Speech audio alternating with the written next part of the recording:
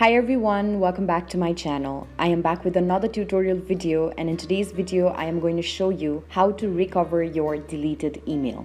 If there's a certain email that you've deleted by mistake, this is how you can recover it. First of all, go to your Yahoo Mail. As you go to your Yahoo Mail, you can see that on the bottom section there are a lot of options.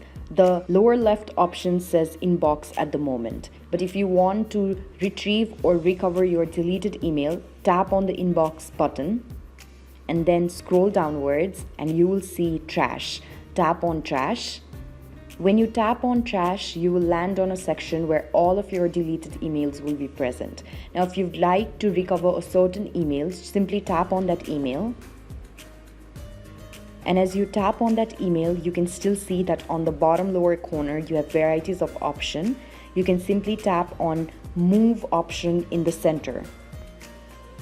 And when you tap on move, it will ask you where would you like to particularly move this email. So I want to move it back to inbox. So I'm just going to tap on inbox.